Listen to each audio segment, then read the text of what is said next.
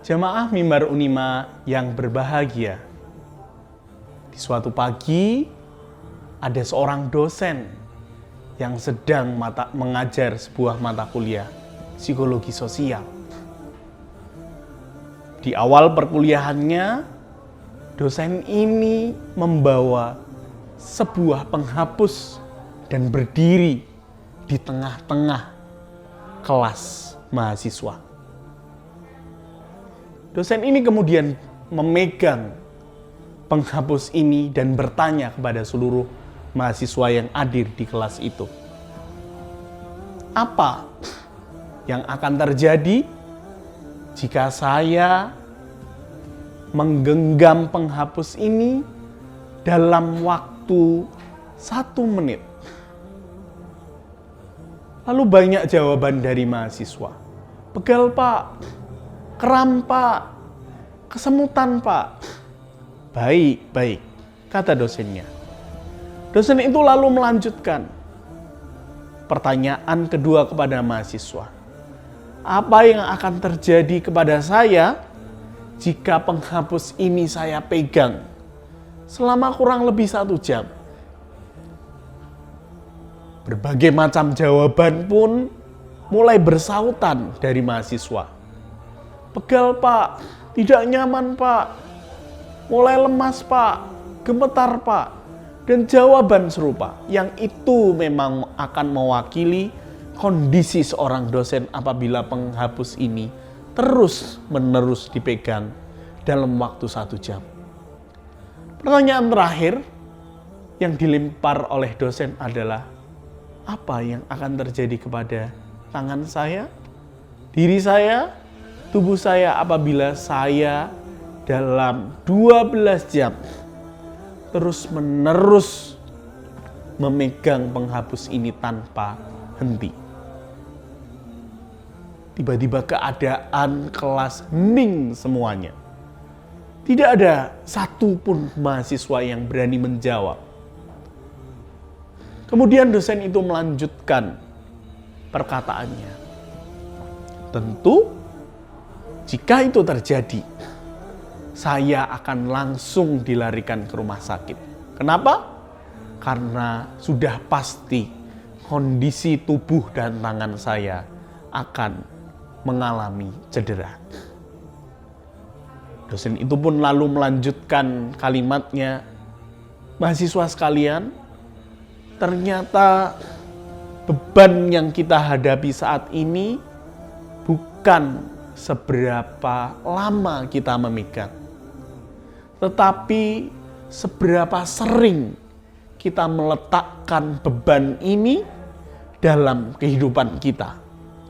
Semakin sering kita letakkan penghapus ini, semakin sering kita letakkan penghapus ini, maka semakin ringan pula pikiran, hati, atau beban masalah yang kita hadapi.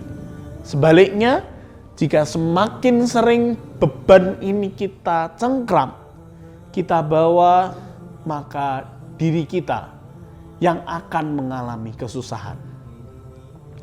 Jamaah Mimbar Unima yang berbahagia, ternyata perintah Allah Subhanahu wa Ta'ala tentang bagaimana kita harus bersabar selalu diikuti dengan kata sholat. Allah Subhanahu wa Ta'ala selalu perintahkan dalam menghadapi segala masalah diawali dengan kata sabar dan dilanjutkan dengan kata sholat. Artinya kita punya waktu 5 kali dalam 1 hari untuk meletakkan beban masalah hidup kita kepada Sang Pencipta Allah Azza wa Jalla. Sahabat Mimbar Unima yang berbahagia, jumlah rakaat sholat kita di bulan Ramadan ini jauh lebih banyak kita lakukan ketimbang bulan-bulan selain Ramadan. Sholat yang baik punya indikasi bisa mencegah kepada perbuatan keji dan juga perbuatan mungkar. Ternyata definisi perbuatan keji ialah segala perilaku maupun perbuatan yang melanggar norma-norma agama. Membunuh, berzina, mencuri, dan segala larangan yang sudah Allah larang dan Rasul larang. Namun berbeda dengan definisi kata mungkar. Mungkar adalah pelanggaran di mana kita melakukan suatu perbuatan atau kesalahan. Namun kacamata yang digunakan adalah kacamata sosial.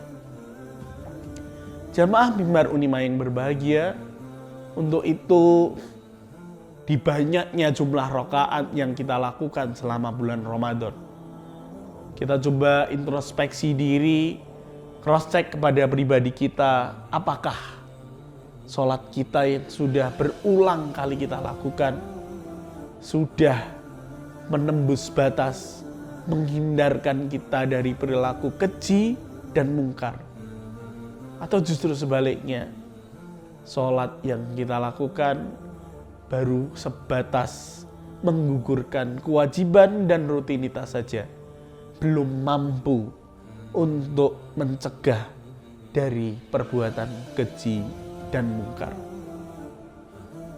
Jamaah Mimbar Unima yang berbahagia, mudah-mudahan apa yang disampaikan pada kesempatan kali ini semakin meneguhkan sholat kita, bahwa sholat tidak hanya secara lahiriah saja, tetapi harus diiringi dengan rasa batiniah, merasa seakan diawasi oleh Allah Azza wa Jalla.